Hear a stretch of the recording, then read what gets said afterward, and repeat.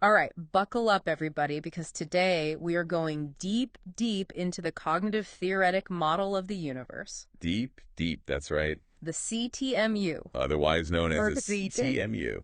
Now, this theory was Wow. put forward by Christopher Michael Langan, This one's a thinker? and you sent us an excerpt from his paper on it. So obviously, Well, great complex systems, ideas like intelligent design, those really fascinate you, huh? Absolutely. So today, Today. we're going to unpack Langan's theory, explore its key principles, All that. see what kind of insights we can uncover. Yeah, and I think it's fair to say this deep dive might just turn your understanding of the universe upside down Ooh, I like it. forever. All right, so before we get into the specifics of the CTMU, can you give us some context? Sure. Like, why is this theory even necessary? Right. What problems is it trying to solve? Think about the classic mind matter problem. Right. That's puzzled philosophers and scientists for centuries. Is reality fundamentally mental or is it physical? So you've got physical reductionism saying it's all matter and energy. Yeah. And then you've got informational reductionism saying, no, it's information. That's the base of everything. Okay. But neither of those really fully addresses the mind-matter puzzle. It's like that quote from David Berlinski about DNA. He said, Oh, yeah. we quite know what DNA is. It's a macromolecule, so it's a material object. Right. We quite know what it achieves. Apparently everything are the two sides of this equation in balance. Wow. It really highlights this tension between those two perspectives. Exactly. And that's where the CTMU steps in as a potential solution. Okay. Proposing that the foundation of reality isn't matter or energy or even information alone, but something Langan calls a self-processing language. Whoa. Okay. A self-processing language. That sounds really complex. It is. Break that down a bit for me. Okay. What does it actually mean for the universe to be a language? Well, Langan, he argues that reality has a structure similar to language. It's got objects, which are the things that exist, relations, describing how things connect and functions, explaining how things change. So just like a sentence needs nouns and verbs and adverbs to convey meaning, Exactly. the universe uses these elements to kind of construct reality. That's right. As we perceive it. That's it. So if the universe is like a language, does that mean there's a universal grammar? Well, Langan believes there is. Okay. And he calls it Right. SCSPL. SCSPL. Or self-configuring, the self-processing language. Oh. And it's through understanding the principles of this language, as outlined in the CTMU, that we can gain a deeper understanding of the universe. Okay. Now, the CTMU has a few core principles that are essential to grasp. Yeah. First, the mind equals reality principle, Okay. or MR. MR. This principle basically says there's no real separation between the observer and the observed. So it's not just that our minds interpret reality, but reality itself has a kind of mind-like quality. It does. Yeah. That's pretty radical. It is. It's a key departure from traditional viewpoints. Langan argues that reality is a form of what he calls infocognition. Kind of self-aware information processing system. Okay, so the universe is thinking in a way. In a way, yes. But if the universe is a mind, as the MRR principle suggests, how does it all fit together? Right. How does it explain itself? Well, that's where the second core principle comes in. All right. The Metaphysical Autology Principle. Okay. Or MAP. MAP, got it. This principle states that reality is a closed system. It contains all of its own explanations within itself. Okay. There's no need to look for external forces or causes. So a self-contained, Self-contained. self-explanatory system. Exactly. But how does that account for all the diversity, Right. the complexity we see? Yeah. How can something be both unified and contain so much variety? That's addressed by the third core principle. The multiplex unity principle, or MU. MU, all right. This principle suggests that the universe is both the container and the content. So like a holographic image. Like a holographic image. Where the whole is reflected in every part. Exactly. So the universe is both one and many at the same time. That's the idea. This is starting to get pretty mind-bending. It is. It is. But I'm still struggling with one thing. What's that? If the universe is this self-contained system, Yeah. how does it handle contradictions and paradoxes? That is a great question. Yeah. And it leads us to one of the more complex aspects of the CTMU, Oh. which is the concept of syndephinesis. Syndephianesis. This is essentially a way of resolving paradoxes through duality. Duality. Like, the wave-particle duality. Exactly. In quantum mechanics. Yeah, but in the CTMU, syntophonesis takes duality to a whole new level. Okay. Imagine the laws of physics. Right. They seem pretty universal. Yeah. But what if those laws could be expressed differently? Yeah. Depending on your perspective, your location, or even your relative motion. Interesting. Syntophonesis suggests that there's a more fundamental set of laws that can account for these differences. Okay. Unifying them within a single framework. So you're saying these seemingly different physical laws are actually expressions of a deeper unifying principle. Exactly. It's like looking at a tapestry. Ooh, I like that. Each thread seems separate, but they're all part of one single intricate design. That's a great analogy. Yeah. And syntophonesis shows how the universe, as a self-contained system, can still accommodate all that diversity. Yeah. Even contradictions. Okay, I think I'm starting to get a glimpse of the bigger picture. I hope so. We got the universe as a self-processing language governed by these three principles, MR, MAP, and MU. That's it. And syntophonesis helps to explain how this language can accommodate seemingly contradictory aspects of reality. But this all sounds very abstract. Whoa. How does it connect to the world we experience? Yeah. How does it explain things like our perception, our thoughts, even our feelings? Well, remember the principle of linguistic reducibility. Right, yeah. The CTMU argues that perception and cognition are also languages. Oh, okay. The way we experience the world, process information, is through a system of symbols and relationships. So this idea of a self-processing language is fascinating, but can you elaborate on how this language differs from the languages we use to communicate? Right. Well, unlike human languages, which rely on external rules and structures, SCSPL is self-contained. Okay. Self-generating. It doesn't need an outside programmer or a pre-existing dictionary. Wow. It creates its own information and syntax, constantly evolving and adapting. So the universe isn't just speaking a language, it's writing its own dictionary and grammar as it goes along. That's wild, but where did the initial impulse, the spark for this self-creating language come from? That is a question that has puzzled physicists and philosophers for centuries. I bet. And interestingly, there's a renowned physicist whose ideas seem to resonate with the CTMU. Okay. Are you ready to delve into the world of John Wheeler? Absolutely. Bring it on. Who is this John Wheeler? Okay, John Wheeler, he was a giant in the field of physics, known for his work on general relativity, black holes, quantum mechanics. Wow. But he was also a visionary thinker who grappled with the fundamental nature of reality. Sounds like my kind of guy. Yeah. So how do his ideas connect to the CTMU? Well, Wheeler had this remarkable vision of reality as a self-excited circuit. A self-excited circuit. He believed that the universe isn't a static, predetermined entity, but rather a dynamic system where the observer is fundamentally entangled with the observed. So he's saying that we're not just passive observers of the universe, but active participants in shaping it. Exactly. It's a pretty profound idea. It is, and it aligns incredibly well with the CPMU. Wheeler outlined 4 key concepts that capture this vision. Okay. The self-excited circuit, the participatory universe, law without law, and if from bit. Okay, let's unpack those one by one, starting with the self-excited circuit. Okay. So what exactly does that mean?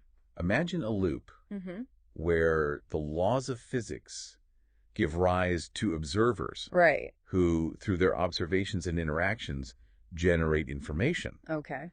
This information then feeds back into the system, influencing the laws of physics themselves. So it's like the universe is constantly generating itself through this feedback loop of observation and information. That's the self-excited circuit. It sounds a lot like the self-processing language we were just talking about. Exactly. And Wheeler's concept of the participatory universe takes this idea a step further. It does. He argued that our consciousness isn't just a byproduct of the universe, but an integral part of its very fabric. Right. We're not just watching the universe unfold. Yeah. We're helping to create it through our observations. That's incredible. It makes you feel like we have a cosmic responsibility. It does. To observe and participate in the universe.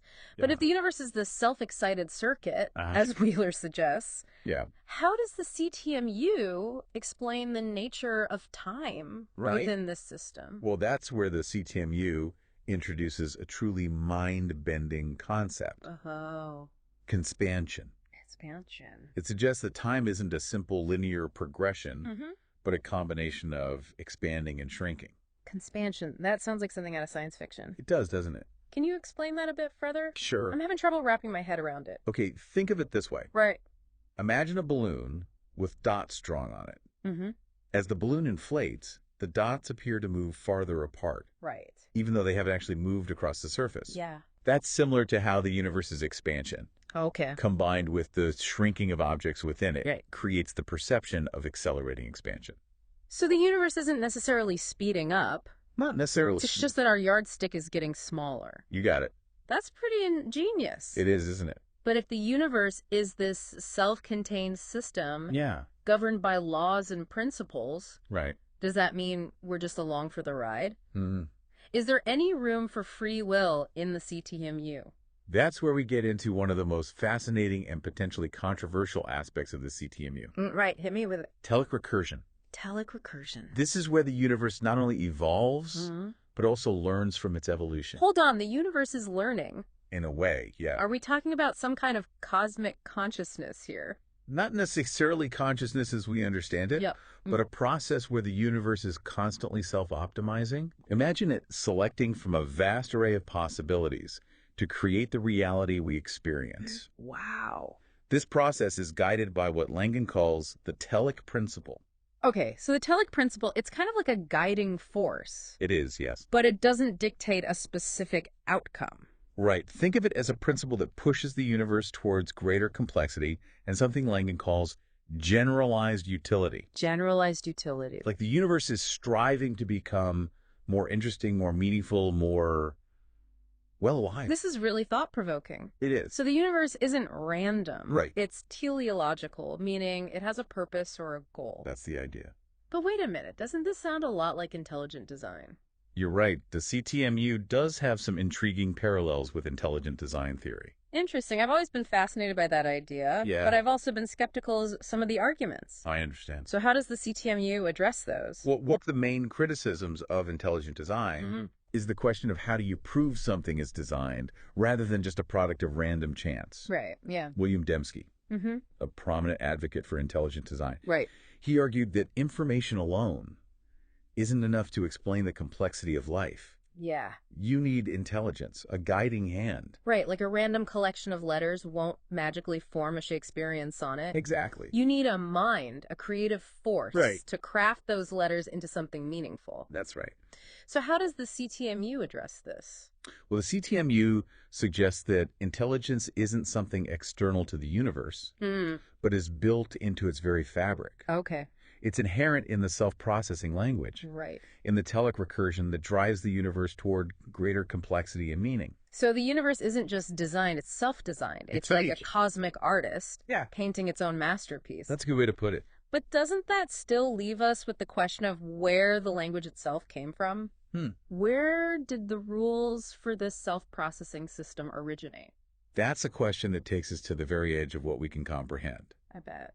The CTMU proposes that SCSPL, this self-creating, self-processing language, is unlike any other language we know. It doesn't need external processing or pre-existing hardware. Wow. It generates its own information and syntax, effectively bootstrapping itself into existence through a process called telic recursion. A self-creating language. Yeah. Can you give us a little more insight into how this self-creating language actually works? Like, is there a grammar for this cosmic code? There is. It's called gamma grammar. Gamma grammar. And it's unlike any grammar we've encountered in human language. Okay. It governs how SCSPL creates itself. All right, I'm ready for another mind-bending concept. Tell me more about this gamma grammar. All right, so gamma grammar involves three key elements. Processors, products, and production events. Production events, got it. Processors are the entities that carry out the actions of the language. Okay. Products are the results of those actions. And production events are the processes by which products are created. So it's like a cosmic kitchen? Ooh, I like that. With chefs, the processors, dishes, the products, and recipes, the production events. That's it. But who are the chefs in this cosmic kitchen? That's the fascinating part. Yeah. In gamma grammar, the processors, products, and production events are all intertwined. Okay. They're not separate entities, but different aspects of the same underlying process. Wait, so the universe is creating itself. Right. And the process of creation is also part of the creation. That's the idea. That's a loop. It is a loop. How does this grammar actually evolve? Is it fixed or is it constantly changing?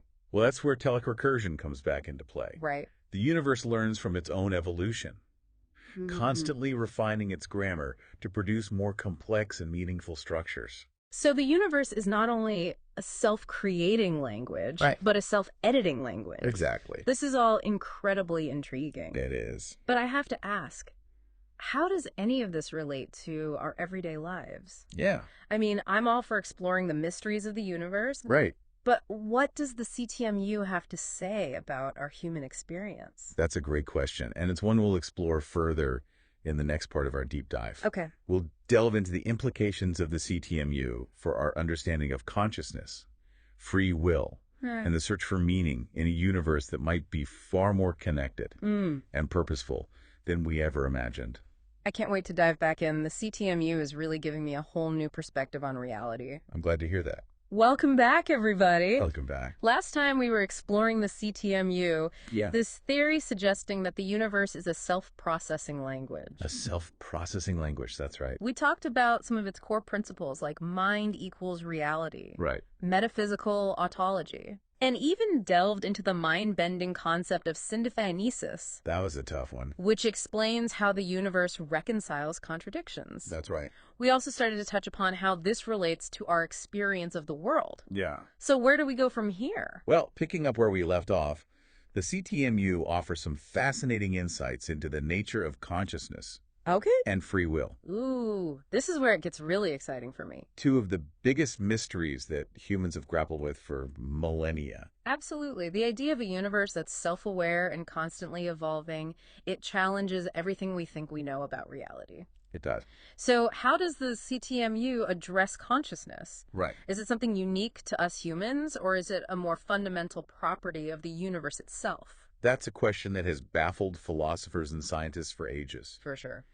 The CTMU proposes that consciousness isn't simply an emergent property of complex systems like our brains, but is actually woven into the very fabric of reality. Remember the mind equals reality principle we discussed earlier? Right, the idea that the universe itself has a mind-like quality. Exactly. Are you suggesting that consciousness is everywhere, even in inanimate objects? Not necessarily consciousness as we humans experience it, right, with all its complexities and nuances. Yeah. But the CTMU suggests that the potential for consciousness, the capacity for information processing and self-awareness is inherent in the universe's self-processing language. So the universe is thinking. Yes. But not necessarily in a way that we can easily grasp or understand. Right. It's a bit like trying to imagine the thoughts of an ant. Or the feelings of a rock. Yeah. We can't fully comprehend their experience because it's so different from our own. That's a great analogy, and it highlights the limitations of our human perspective. Right. The CTMU challenges us to expand our understanding of consciousness beyond our own limited frame of reference. Exactly. Okay, so if consciousness is more fundamental than we thought, where does free will fit into all of this? If the universe is a self-contained system, governed by laws and principles, does that mean our choices are predetermined? This is where things get really tricky. Okay. The CTMU doesn't deny the existence of laws and principles, but it also recognizes the importance of telic recursion. Right, telic recursion, the idea that the universe is constantly learning and adapting. Exactly. So this means that while there are constraints, there's also room for creativity. Yes. For novelty. Right. For genuine choice. That's the idea. So it's like we're all playing a game with a set of rules, but we still have the freedom to make moves within those rules. Right. And our choices, even though they're constrained by the rules of the game, can actually contribute to the overall purpose of the universe. Exactly. The CTMU suggests that our actions, our choices, even our thoughts, have significance in the grand scheme of things. It's a perspective that gives meaning and purpose to our lives. Yeah. Even in the face of a vast and seemingly indifferent cosmos. That's a powerful idea. It shifts our perspective. It does. From feeling like insignificant specks in a random universe to active participants in a meaningful and unfolding story. That's the key. But how does this connect back to the idea of the universe as a self-processing language? Well, if you think about it, Yeah. language is all about making choices. We choose words. Right. We construct sentences. Yeah. We create narratives. Okay. And in the CTMU, the universe itself is engaging in a similar process.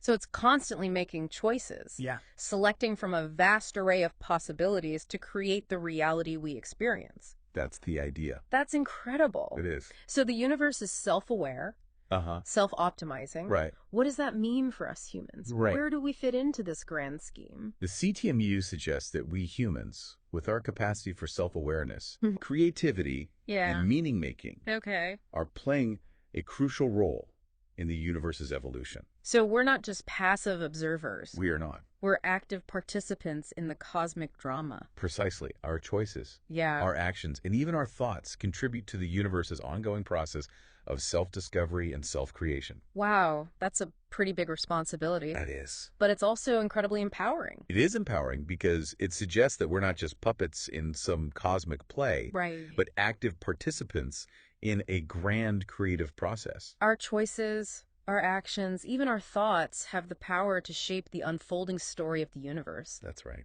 This is all incredibly mind-blowing, but I have to admit, it's a lot to take in. I understand. Can you summarize some of the key takeaways for us? Sure. What are the most important things to remember about the CTMU and its implications for our understanding of the universe and ourselves? Well, I think one of the key takeaways is that the CTMU challenges us to see the universe as a fundamentally interconnected and meaningful system. Okay. It's not a random collection of particles and forces, but a self-organizing, self-creating entity that's constantly evolving toward greater complexity and value. And within this self-creating universe, we humans play a vital role. That's right. We're not just observers, we're active participants in the cosmic drama. Exactly. And this realization can be both empowering and humbling. Absolutely. It empowers us to embrace our role as co-creators of reality. Yeah. And it humbles us before the vastness and mystery of the universe, reminding us that we're part of something much greater than ourselves. This has been an incredible journey so far. It has. We've explored some profound ideas about the nature of reality, consciousness, and our place in the cosmos. Absolutely. What's next on our CTMU adventure? Well, in the final part of our deep dive, we'll delve into the implications of the CTMU for some of the biggest existential questions that humans have pondered. Ooh, what? The meaning of life, the nature of good and evil, and the possibility of transcendence. All right, so are you ready to explore those uncharted territories? I am. Are you? Absolutely. I can't wait to see where this journey takes us next. Welcome back to our deep dive into the cognitive-theoretic model of the universe. CTMU? The CTMU, for short. Right. So far, we've explored this idea of the universe as a self-processing language. Yes. A self-excited circuit that's constantly learning and evolving. Constantly evolving. We've talked about how consciousness might be woven into the fabric of reality itself. Right. And how our choices, while constrained by the rules of the game, can actually contribute to the universe's overall purpose. It's a beautiful thing. It's been a wild ride. It has. But now I'm really curious to explore what the CTMU has to say about some of the big existential questions that have puzzled humans for centuries. For sure. The meaning of life, good and evil, even the possibility of transcendence. Those are big questions. They are. And the CTMU doesn't shy away from them. Okay. In fact, it offers a unique perspective. All right. That can help us reframe those questions and perhaps even find some satisfying answers. Okay. I'm ready for another dose of mind-bending insights. Let's do it. So let's start with the meaning of life. The meaning of life, okay. Does the CTMU offer any clues about why we're here? What our purpose is in this grand cosmic scheme? You know, remember the telic principle we discussed earlier? Yeah, the idea that the universe is driven towards maximizing generalized utility? Exactly. Okay. Well, in the CTMU, the meaning of life is deeply intertwined with this principle. So our purpose is to help the universe become more complex. Yes. More meaningful, more alive. Alive. Yeah. This makes me think of all the different ways humans have tried to find meaning throughout history. Right. Religion, art, science, philosophy. Sure. Are you saying that all these endeavors are, in a sense, contributing to the universe's grand project? Absolutely. The CTMU sees all these human endeavors as expressions of the universe's self-processing language, its ongoing effort to understand itself and create new forms of meaning and value. That's a beautiful thought. It is. It makes you appreciate the diversity and richness of human experience in a whole new light. For sure. But what about the darker aspects of that experience? Right. What about suffering, evil? Yeah. All the things that seem to contradict this idea of a universe striving for goodness and meaning. That's a crucial question. It is. And the CTMU doesn't pretend to have all the answers. Right. But it does offer a framework for understanding these darker aspects of reality. Okay. Remember the concept of syndiphonesis? Syndiphonesis. Right. The resolution of paradox through duality. Right. The idea that seemingly opposite aspects of reality can actually be expressions of a deeper unifying principle. Exactly. Yeah. The CTMU suggests that good and evil, like light and shadow, are inseparable aspects of a universe that's constantly generating and exploring new possibilities. So suffering and conflict, while painful, of course, can be seen as catalysts for growth, adaptation, the emergence of new forms of understanding and compassion. Absolutely. So it's not about denying the existence of evil or pretending that everything is rosy. No. It's about recognizing that even the darkest experiences can contribute to the universe's overall evolution. Exactly. It's a perspective that allows us to confront the challenges of life with a sense of purpose and hope, knowing that even our struggles can have meaning in the grand scheme of things. This is a very different way of looking at things. It is. It's not about seeking some external source of meaning or morality. No. But recognizing that meaning and value are woven into the very fabric of reality itself. Exactly. It's a perspective that puts a lot of responsibility on us as individuals. It does. But it's also incredibly empowering. It is empowering. Because it suggests that we're not just puppets in some cosmic play, but active participants in a grand creative process. That's it. Our choices, our actions, even our thoughts have the power to shape the unfolding story of the universe. That's the idea. And this brings us to the question of transcendence. Transcendence, okay. Does the CTMU offer any insights into what lies beyond our current understanding of reality, beyond the limitations of our human experience? The CTMU is open to the possibility of transcendence, but it defines it in a way that might surprise you.